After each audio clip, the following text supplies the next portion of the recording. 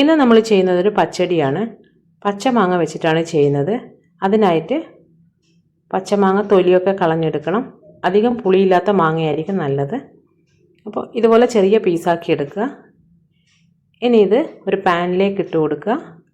ഒരു 1/4 ഗ്ലാസ് വെള്ളം കൂടെ ഒഴിച്ചിട്ട് ആവശ്യത്തിന് ഉപ്പും കൂടി ഇട്ടിട്ട് വേവിച്ചെടുക്കുക. ഒരുപാട് വേവാവണ്ട, ജസ്റ്റ് ഒന്ന് കളറ് മാറി വന്നാൽ മതി. അപ്പോൾ ആ സമയത്തേക്ക് നമ്മൾ ഒരു മിക്സീൻ്റെ ജാറിലേക്ക് 2 പിടി തേങ്ങ ഇട്ട് കൊടുക്കുക. 4 പച്ചമുളക് എരിവിന് ചേർക്കുന്നുണ്ട്. ഇത്ര എരിവ് വേണ്ടെങ്കിൽ നിങ്ങൾക്ക് പച്ചമുളകിന് എണ്ണം കുറക്കുക. ഒരു നുള്ളു ജീരകം ഇട്ടിട്ട് അതൊന്ന് അരച്ചെടുക്കുക. കുറച്ച് മാത്രം വെള്ളം ചേർത്തിട്ട് അരക്കുക. പിന്നെ അതിലേക്ക് നമ്മൾ കടുക് ഇട്ട് കൊടുക്കുക.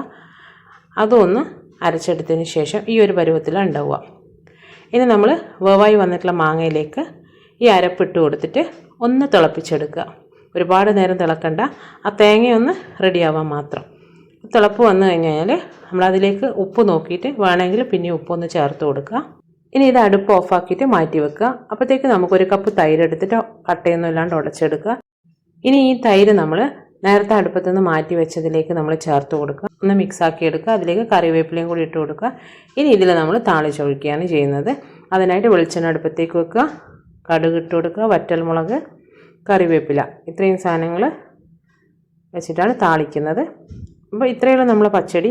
അപ്പോൾ ഇതൊരു വെറൈറ്റി റെസിപ്പിയാണ്. എല്ലാവരും ഒന്ന് ചെയ്ത് നോക്കുക. എൻ്റെ വീഡിയോസൊക്കെ ഇഷ്ടപ്പെടുകയാണെങ്കിൽ ലൈക്ക് തരാനും സബ്സ്ക്രൈബ് ചെയ്യാത്തവർ സബ്സ്ക്രൈബ് ചെയ്യാനും മറക്കരുത്. നല്ല നല്ല റെസിപ്പീസുമായിട്ട് വീണ്ടും കാണാം.